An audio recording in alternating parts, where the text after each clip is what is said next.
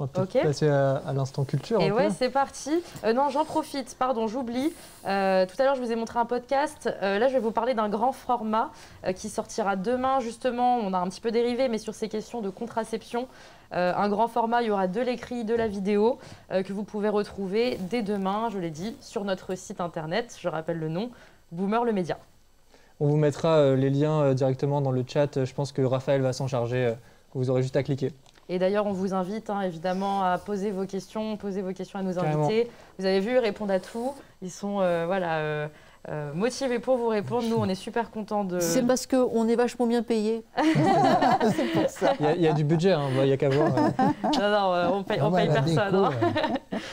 Donc c'est parti. Après les questions, on va maintenant tester vos connaissances historiques sur l'amour et la sexualité. Jingle, Sam. C'est l'History Quiz. Alors c'est parti pour la culture générale. Je te laisse poser la question. Bah ouais, alors on va commencer par une première question sur le divorce. Donc on vous le souhaite pas du tout, mais est-ce que vous connaissez la date à laquelle le divorce a été légalisé en France? 3 propositions. Alors, 3 propositions. Est-ce que c'est 1792? Est-ce que c'est 1884?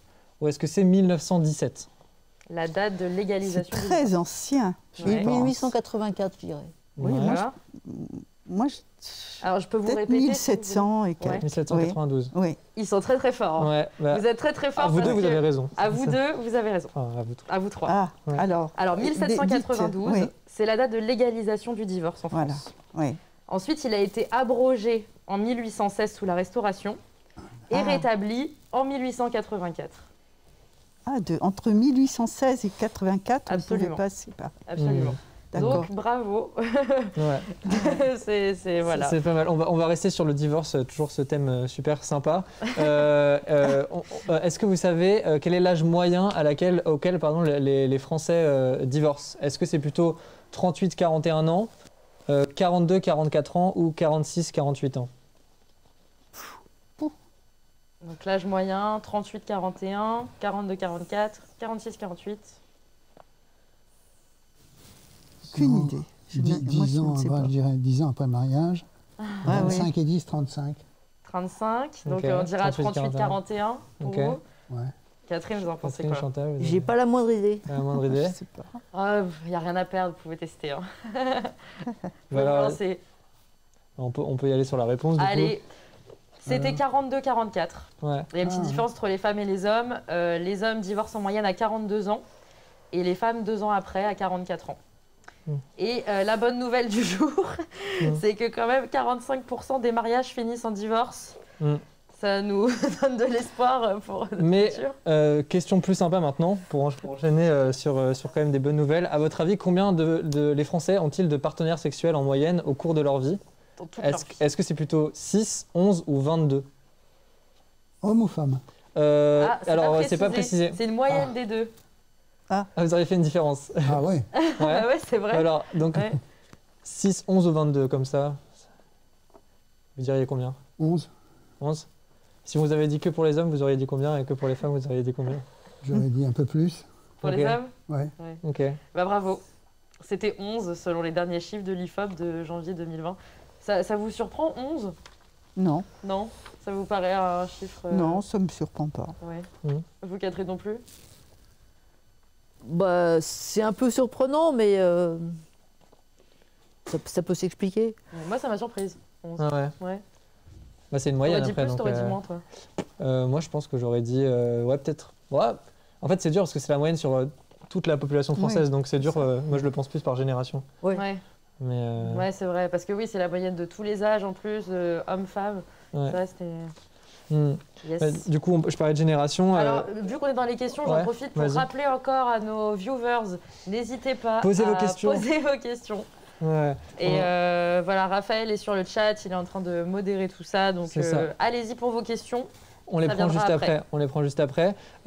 Juste après, on a encore une petite question sur la moyenne des relations de couple pour la génération des 17-35 ans. Combien de temps ça dure en moyenne une relation de couple, à votre avis? Pour notre génération, voilà, en gros. Pour nous, en gros, combien de temps on reste? Est-ce que c'est plutôt environ 2 ans, environ 4 ans ou environ 6 ans? Mais pour vous, votre âge Les 17-35 ans. Ouais, les 17-35, en moyenne, ils restent combien de temps ensemble? 2 ans, 4 ans ou 6 ans? Moi, je dirais 4 ans. Ouais. 4 ans. Oui, oui. Moi, je dirais 6, moi. Vous diriez Ok. 6? C'était 4 ans optimiste. aussi. Et bien, c'était 4 ans. Ouais, c'est ça. 4 ans, c'est des chiffres de 2017. Alors précisément, c'est 4,2 en moyenne, donc un peu plus de 4 ans. Et il faut quand même préciser que c'est moins que les générations précédentes. Et ça s'explique notamment par le fait qu'il y a beaucoup moins de relations qui commencent au lycée. Je ne sais pas s'il y avait beaucoup de relations qui commençaient au lycée à votre génération, mais a priori, c'est ce qu'il y a dans le, dans le sondage. Et aussi, les mariages sont de plus en plus tardifs.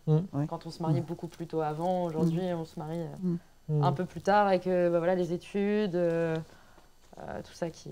Voilà. Et puis, dernière question, tout à l'heure, on parlait un peu de sexualité, notamment de sexualité des femmes. À votre avis, depuis quand depuis quand existe la première description complète de l'organe du plaisir chez les femmes, le clitoris? Très peu de temps. Très peu de temps. Alors, je vous donne les 3 réponses. Clitoris, mais du coup... ça n'existait pas. Alors que pourtant... Non, mais on ne le dessinait pas. Vous êtes sur la bonne voie. Donc, est-ce que c'est plutôt 1558, 1818 ou 1998? Donc, 98. 20 ans. 1998. Bravo. Alors, pour être tout à fait juste, il y a un anatomiste italien qui en a parlé pour la première fois au XVIe siècle, en 1558. Mais il a été décrit, comme vous le disiez très justement, complètement qu'en 1998 par une Australienne, on va lui rendre hommage, Hélène O'Connell, une urologue australienne, qui, elle, a décidé de publier un dessin détaillé du clitoris. Donc on le voit ici, c'était dans les années 2000, donc c'est il y a très peu de temps, il y a 20 ans. Oui, c'est ça. Alors que voilà, je crois que le clitoris n'a pas bougé chez les femmes depuis la création de l'homme. À mon avis. En tout cas, pas en 500 C'est quand même fou. Étonnant. Mais voilà. Bravo à madame. C'était tabou. C'était tabou. Les femmes ne se montraient pas nues, donc déjà. Est-ce qu'il y avait aussi elles accouchaient déjà sous leur drap. C'est quelque chose qui se faisait, ça, d'accoucher Ah ben attendez, c'était il y a longtemps quand même. Mais en quelle époque? En France, hein, on parle de la France. Ouais. Elles accouchaient. 18e siècle, elles accouchaient encore cachées. 19e siècle aussi, certainement.